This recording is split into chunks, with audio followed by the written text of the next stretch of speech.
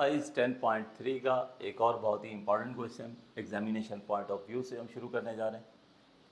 और क्वेश्चन है हमारे पास sine theta plus sine 2 theta over 1 plus cos theta plus cos 2 theta, इसे हमने टेंजेंट के बराबर प्रूफ करना है। तो इस क्वेश्चन को प्रूफ करने के लिए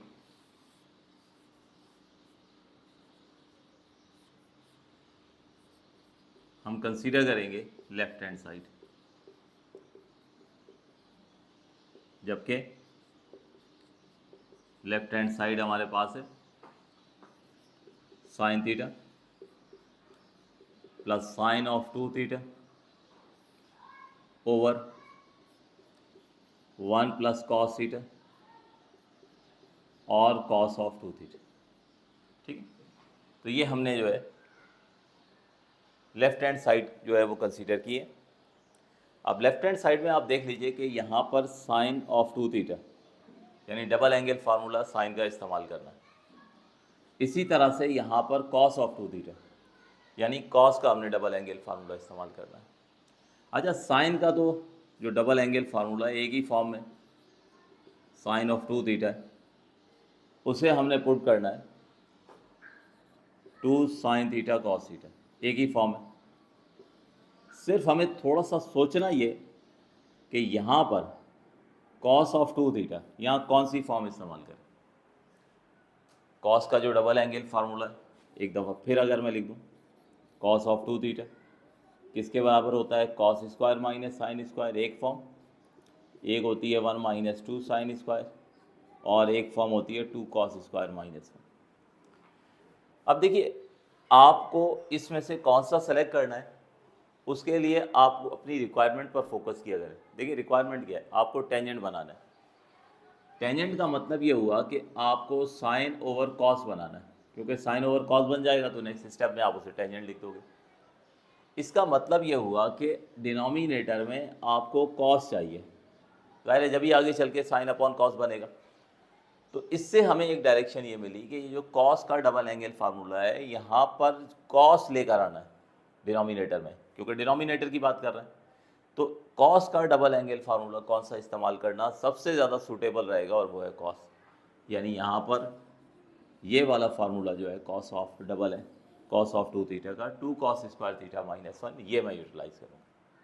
अगर आप इसके अलावा भी कोई यूज़ कर लेते हैं तो घूम फिर कर क्वेश्चन आपका प्रूव हो जाएगा, लेकिन ज़ाहिर है वो अप्रोप्रिएट फार्मूला फिर आप जो है उसका यूजेज नहीं होगा।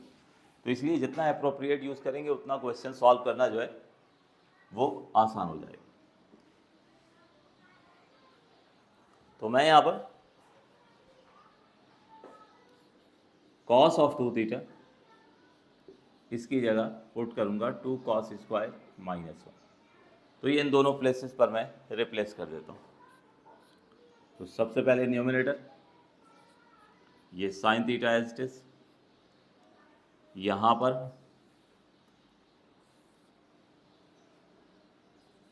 ये साइन ऑफ 2 थीटा की जगह 2 साइन थीटा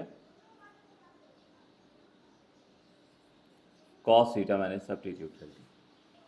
इसी तरीके से डिनोमिनेटर में ये 1 plus cos as it is आया,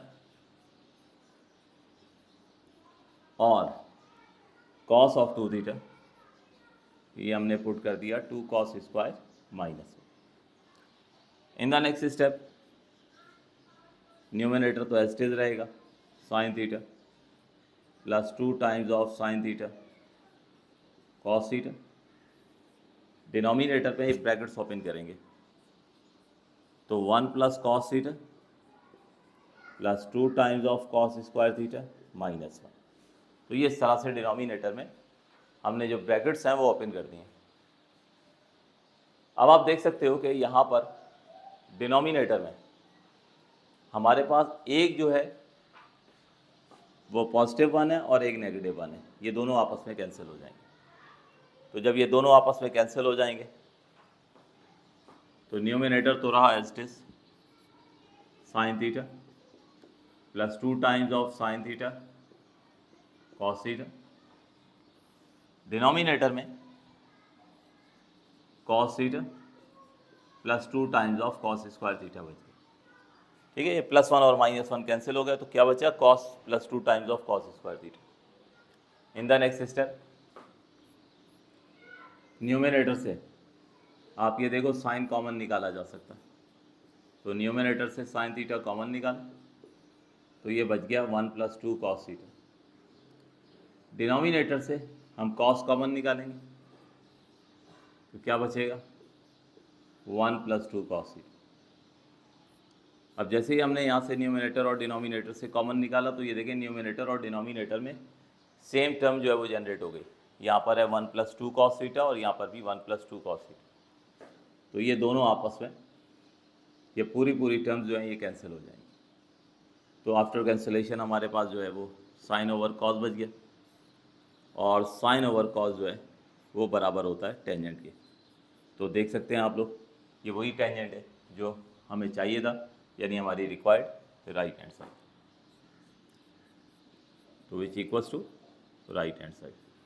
तो since left hand side equals to right hand side, तो इस तरह से हमने अपना रिक्वायर्ड मकसद हासिल कर लिया और इस क्वेश्चन को प्रूफ कर लिया। उम्मीद है आप लोगों को समझ आ गया होगा। नोट डाउन कीजिए।